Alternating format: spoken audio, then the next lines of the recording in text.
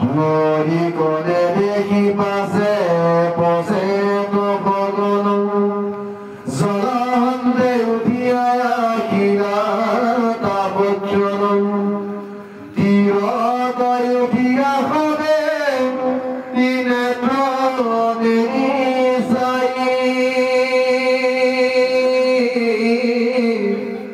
অসংখ্যাত বৃক্ষগণ ইদৰ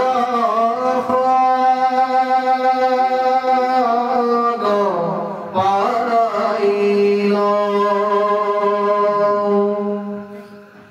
তাৰ লাগি আছে অধৰণী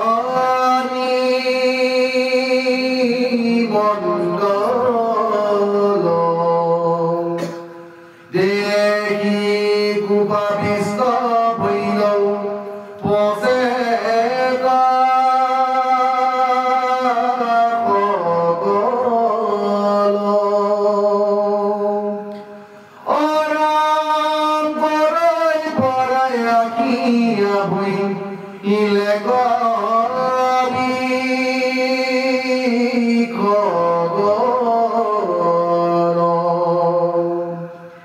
মনুষ্যৰ পদ মানে কৰিলে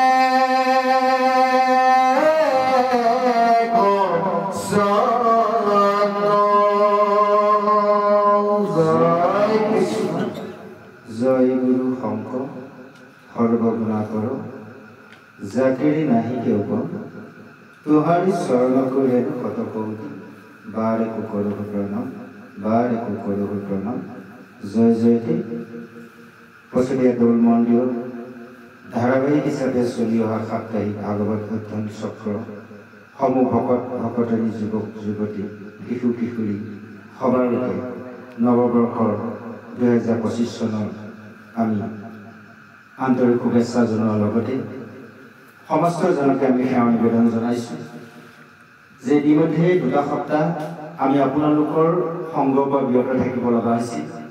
বিশেষভাৱে আমাৰ গীতা সত্ৰৰ যিজন আমাৰ গুৰু তেখেতে বৈকুণ্ঠগামী হৈছিল, তাৰ লগে লগে আমাৰ পৰিয়ালৰ এটি অসুস্থ লাগি গ'ল। সেয়েহে আমি 2 সপ্তাহ বিৰতি থাকিব লগা হ'ল।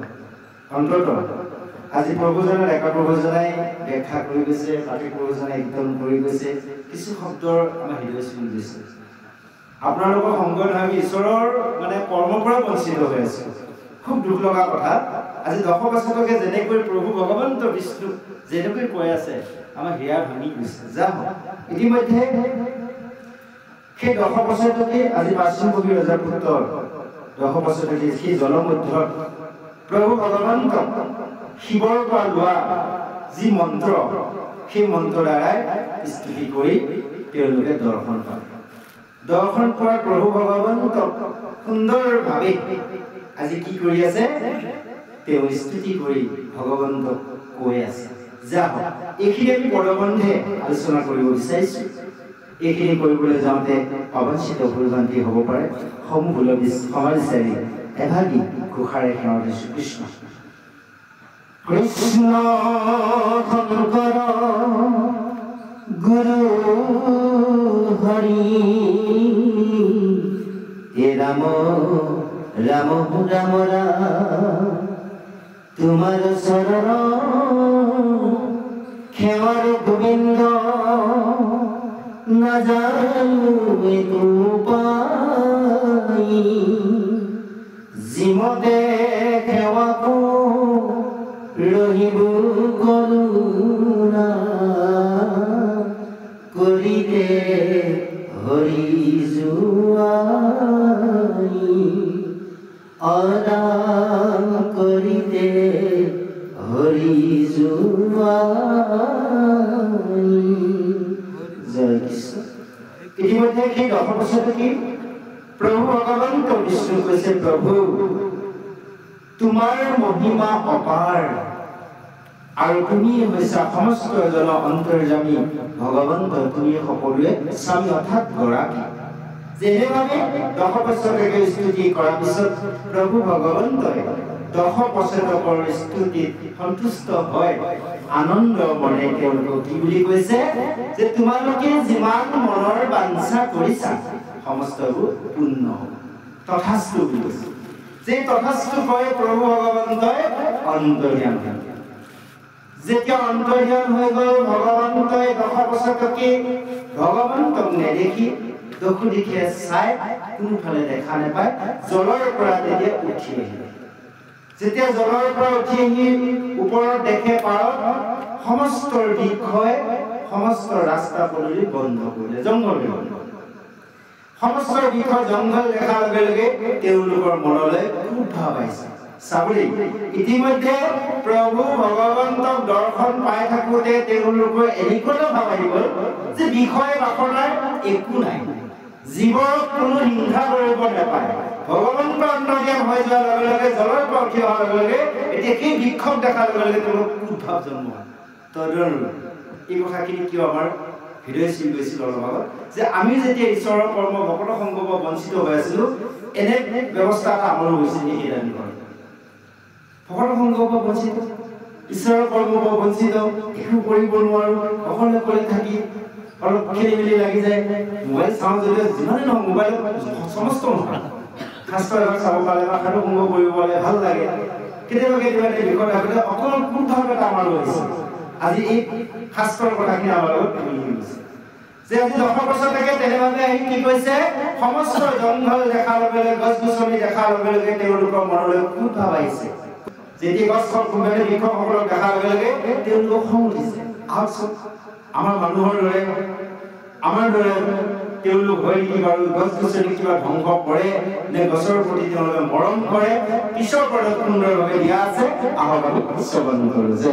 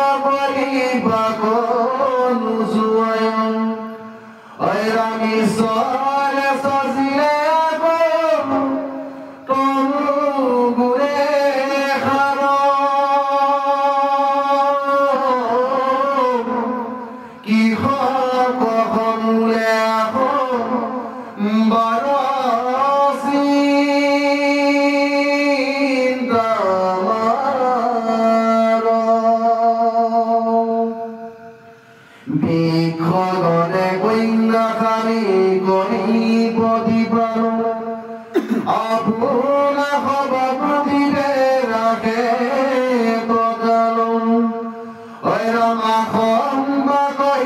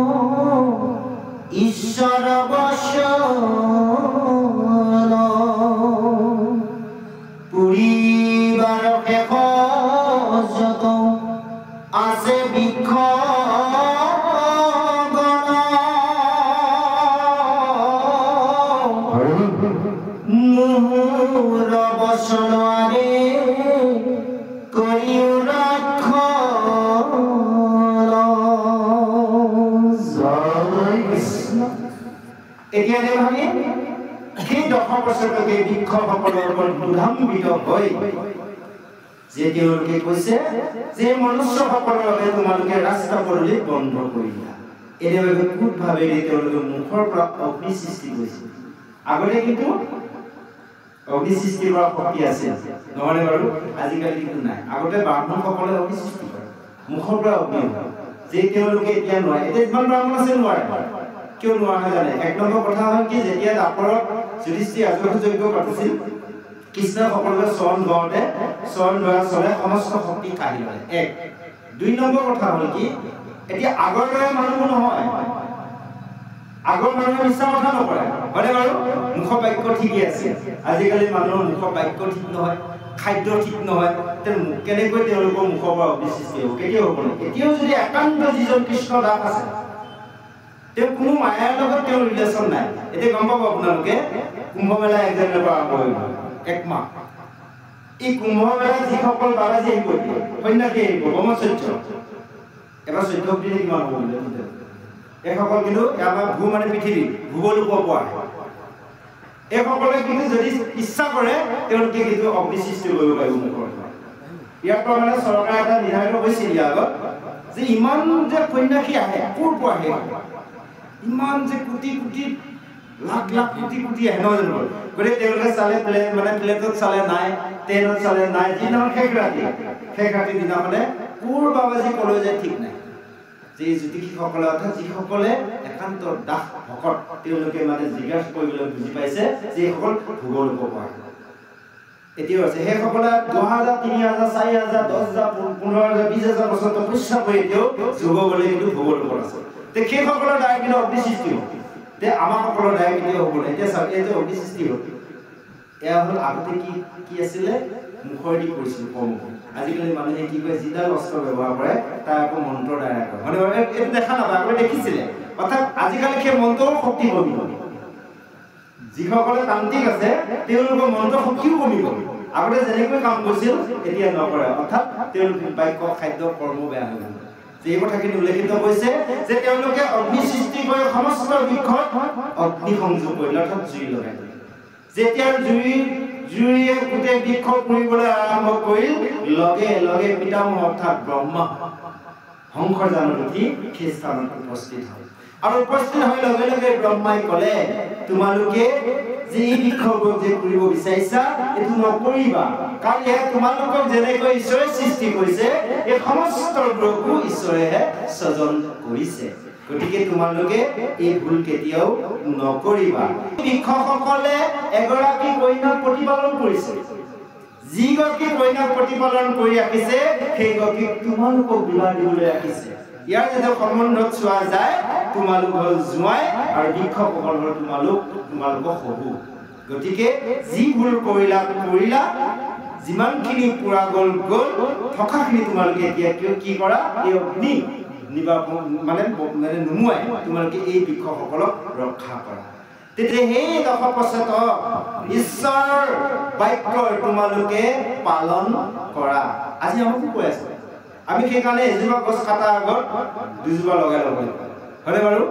এতিয়া গছ আমি য'তে ত'তে পাইছোঁ কাটি আনিছোঁ। আমি যদি 1জোপা গছ কাটিব লগা হয় খৰিৰ কাৰণে, তাৰ আগত 2জোপা লগাই লওঁ। আজিকালি কম সহজতে হয়, আহঁতৰ দালি 10-15টা ৰুই লওঁ, এডাল আহঁত গছ কাটি দিওঁ, কি ক্ষতি আছে? একো ক্ষতি নাই, হয়নে নহয়? গতিকে সেই বৃক্ষডাল কাটিব যাওঁতে আমি ঈশ্বৰক চিন্তা কৰিহে কৰিব লাগিব। সেইকাৰণে কৈছে ঈশ্বৰৰ বাক্য তোমালোকে ৰক্ষা কৰা। পুৰিবাক শেষত আছে বৃক্ষগণ মূল বচনৰ বাবে কৰিও ৰক্ষণ। যিমানবোৰ পোৱা নোযোৱা গছ আছিল এই সকলক তোমালোকে ৰক্ষা কৰা আৰু মোৰ বাক্য তোমালোকে পালন কৰা। এনেভাৱে আজি ব্ৰহ্মাই সেই 10% যি জ্ঞান দিছে সেই জ্ঞানখিনি আচলতে আমাৰ সমস্ত দিছে যে আমিও কিছুমান কৰ্ম কৰাৰ আগত ভাবি চিতি চাব লাগিব। যাৰ গুৰু সমস্ত মাটি সমস্ত আহক, ইয়াৰ পিছৰ ওপৰত সুন্দৰভাৱে দিয়া আছে।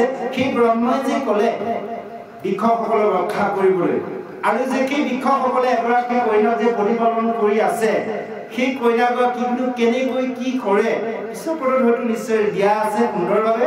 আহক আমি শ্ৰৱণ কৰোঁ। জয় কৃষ্ণ।